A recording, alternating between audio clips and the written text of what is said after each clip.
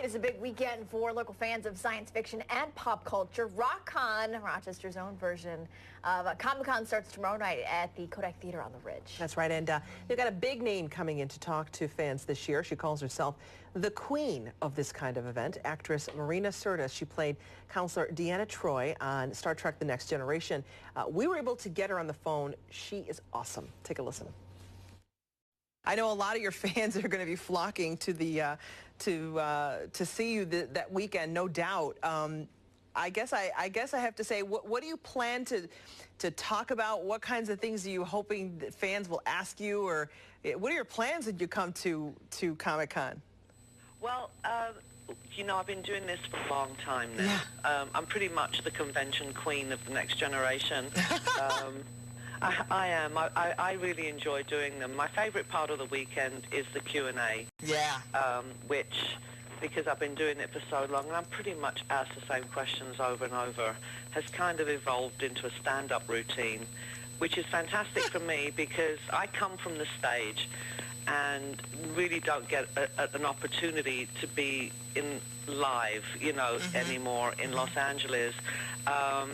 So for me, it's my live audience fix. It really is my chance to connect with real people in the flesh rather than through the TV or the movie screen.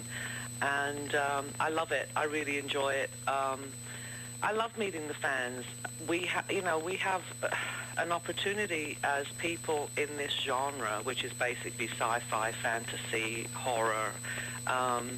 We get to meet our fans.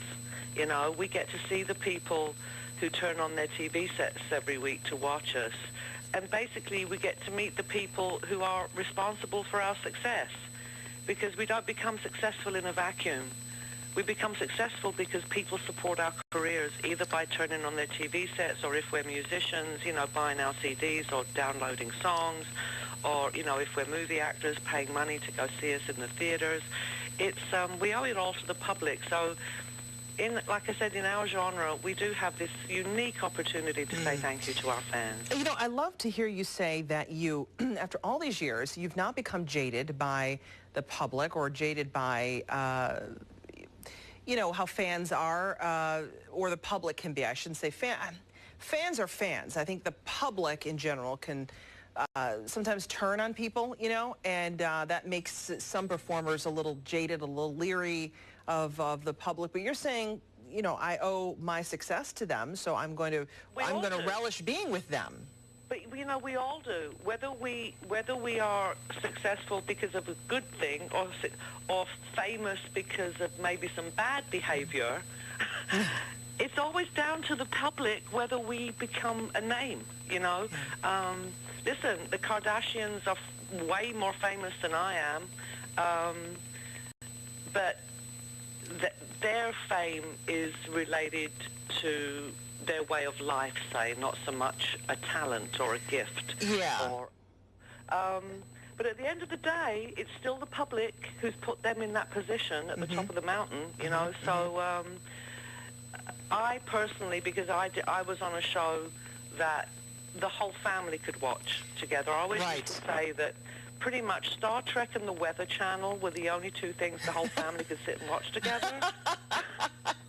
You know what, though? That is so true. There is very little programming on TV that you can say that about today. Exactly. Even the news, if I had kids, I don't. If I had kids, I would have a problem watching the news with them because of all the blood and guts. There's a lot of dark stuff going on out there.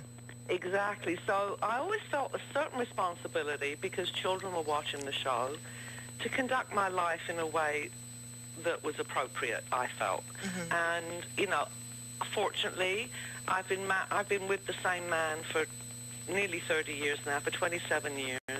So you don't read about me in the tabloids about my escapades, because there are no escapades. I'm a boring old married woman, you know. And well, okay, wait a minute here, though. You're selling yourself short. You're gorgeous. I mean, and anyone who sees your photos remembers you from the show. You're a lovely woman, and I think that is what, you know, that's another draw. Fans are drawn to you because of your ability, the fact that you were on this heritage show that, you know, is a hit-making show, is a hit show.